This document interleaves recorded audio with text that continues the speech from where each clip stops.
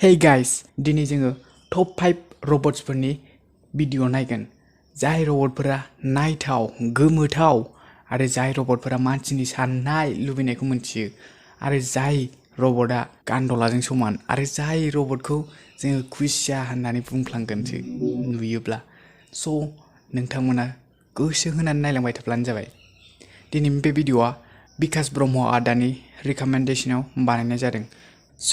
रबटनि बागै मोननैसो खोथा मिन्थिना लाग्रोनि जायफोरा रबटखौ मिन्थिया बिसोरनो आं गुसुङै खोन्थानि।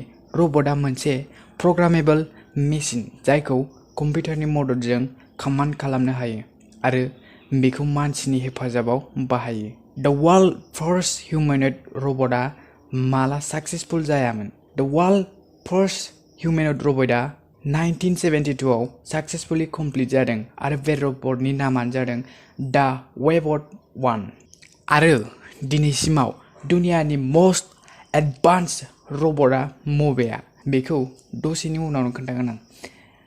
बेबो जोंनि लिस्टआवनो दंखायो। नम्बर 1 एसे सिगाङाव बुंदोंमोन ना आङो दुनियानि मोस्ट एडभान्स रबटआ माबायदि बेनि खोथाखौ रायज्लायग्रोसै। बे रबटखौ हंकंनि हेनसन रबटिक्सआ बानायदों। बेखौ फेब्रुवारि 14, 2016 नि मायथाइयाव गिबि खेबनि थाखाय एक्टिभेट खालामदों। बे रबटखौ ओरैबायदि एडभान्स खालामदों बे गुबुन गुबुन रोखोमनि एक्सप्रेसन होनो हायो, बियो नायनो हायो, बियो मानसिफोरखौ सिनायो आरो बिनि मोस्ट एडभान्स स्पेसिफाइड प्रग्रामानो जादों बियो आइ कन्टेक्टबो खालामनो हायो मानसिफोरजों आरो बे गुबुन गुबुन 5 लेंगुवेज रोङो। बे रबटआ ओरैबायदि फेमास इउटुबाव नोङो सार्च खालामब्लानो बिनि भिडिअआ एभेलेबेल मोनगोन नोङो। बिनि भिडिअ नङाब्लाबो बिनि थाम्बनेलखौ नोंसोरो नुखागोन। बिनि मुङानो जादों सफिया। आङो बिनि ससे भिडिअ क्लिप नोंसोरनो देखायनि, नायब्लानो जाबाय नै। Everybody, this is Sophia. Sophia, if you could, please wake up and say hello to everybody. Oh, good afternoon. My name is Sophia, and I am the latest and greatest robot from Hanson Robotics. Thank you for having me here and at the Future Investment Initiative. Interesting मोनना रबटआ। नेक्स्टआव थांनोसै number 2 आव। Number 2 आव दङ Deka robot. बे रबटआ ओरैबायदि advance ओंखायनो बे रबटखौ लाफानाय जादों। डेका रबटआ वायरलेस आरो बियो जों मा खालामनो सानदों बेजोंनो खामानि जायो। बियो हेन्डिकेप मानसिफोरनि थाखाय स्पेसियली बानायनाय जादों जायफोरा आखाइ गैया बिसोरनि थाखाय जोबोद मदद गोनां जायो। बियो माबोरै खामानि मावो होनना बुङोब्ला बियो जोंनि बडियाव खारनाय इलेक्ट्रिकेल इम्पाल्सेसखौ EMG नि मददजों थारमानि इलेक्ट्रमायग्रामनि मददजों केपचार खालामो।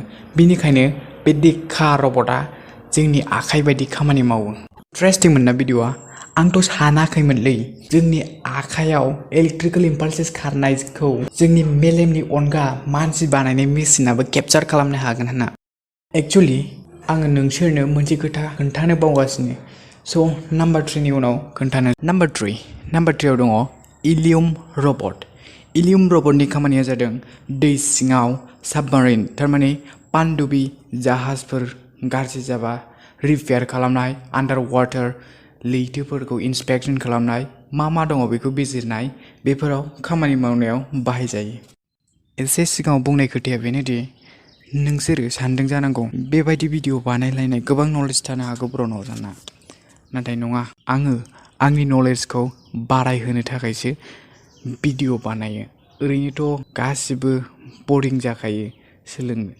आङो बेबायदियैनो सोलोंनो इन्टारेस्टिं मोनो खोमा साननानै बानायदों आरोखि। हेल्प खालामलांबानो जाबाय जाहाथे उनाव साक्सेसबो जाहैनो हायो। नम्बर 4 नोंसोरो बे जिनिसखौ नुनानै माब्लाबाबो बेयो रबट होननाय नङा नोंसोरो। बे रबटखौ सेप्तेम्बर 8, 2016 आव जार्मानिनि पेस्ट' कम्पानिया बानायदों। बेनि लेंथआ 32 इन्चेस आरो हाइटआ 14 इन्चेस आरो बिनि लिरथाय अजना 41 पाउन्ड थारमानि 18.5973 ग्रामल'।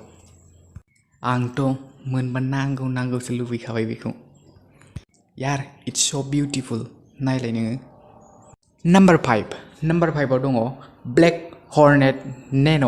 बेयो मोनसे ड्रन जायखौ नोंसोरो बिरनायाव नुब्ला माब्लाबाबो ड्रन होननाय नङा बेयाव बेटारि दङ बेयो एप्रक्सिमेटलि 21.49 किल'मिटार पार आवार खारो एथ' फिसा जिनिसखौ नोंसोरो बिनि हाइट आरो लेंथ गिलिर बिसोरखौथ' मोनथिनो लुबैखागोनानो स' आं खोन्थानोसै बिनि अजनानो जादों 32 ग्राम आरो बिनि लेंथआ 120 मिलिमिटार आरो बिनि हाइटआ 100 mm थारमाने 100 मिलिमिटार इट्स स' इन्टारेस्टिं खोनासंनो लुगैबाय थालायलायो बिदि आइ थिंक टेक्न'लजि गैयाबा आखाइ आथिं गैयै बायदि मोनलायलायसिगोन खोमा दुनियाखौनो मानसिफोरा नंगौना नङा टेक्न'लजि होनना आङो हेकार्सफोरखौ गोसोखांदों नोंसोरो मस्ट वान्टेड हेकार्सफोरखौ नायनो लुगैदोंब्ला आंनि बे स्क्रिनाव फैनाय भिडिअखौ थुनानै नायब्लानो जाबाय आरो गोसो दंब्ला आंनि बे लगआव थुनानै साबस्क्राइब खालामलांब्लानो जाबाय